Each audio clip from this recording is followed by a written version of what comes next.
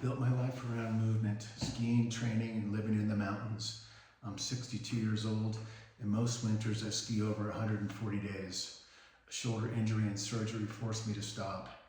Instead of rushing back, I decided to document the rebuild, what recovery actually looks like, how I train for longevity, and how I've designed my life around staying capable.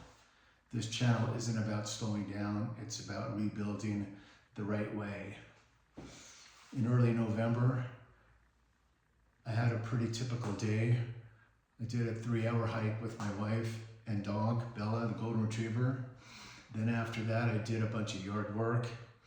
And then I decided, well, it's early November, so I should take a mountain bike ride because the days are going to be numbered with snow in the forecast. So I took just a real casual mountain bike ride on a trail that I usually ride. And after about 20 minutes into the ride, for some reason, my left pedal clipped a big rock and I got thrown over the handlebars. Instead of getting thrown right over, I was balancing on the handlebars, and somehow I was able to tear my rotator cuff and labrum. I thought I was going to pass out. I managed to get back home, and then I decided I better call a local orthopedic surgeon and set up an appointment for him to assess my shoulder.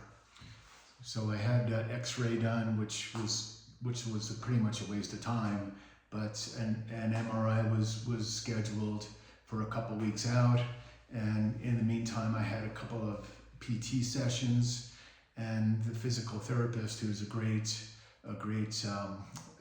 therapist, had said, well, maybe we can just get by with physical therapy for a couple months, and we'll see what the MRI says.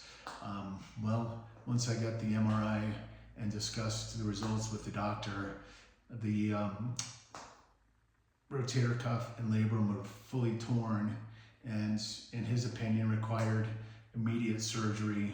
So I scheduled surgery for December 18th, and surgery was successful. I was recouping, with my padded brace, hanging out on a recliner and doing the best I could to manage the pain. The pain wasn't really that bad. Maybe for about 5 days, it was difficult to sleep. And after that, I just started walking around the neighborhood. And like I said, I live, within 200 blocks or 200 yards of a ski resort. So I could pretty much walk down the street and check out all the skiers, walk my dog, and do most of my normal activities with the exception of moving my left shoulder. And so things are going really well. I've been doing physical therapy weekly and improving my flexibility in my left shoulder, and hiking every day with my wife and dog, and that's been a great outlet.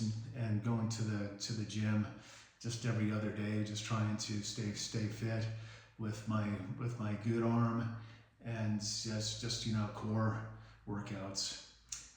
It's interesting. Almost every day I run into somebody that's had a similar injury and surgery, rotator cuff, labrum, and then other people who've had knee replacements, hip replacements, shoulder replacements, you name it.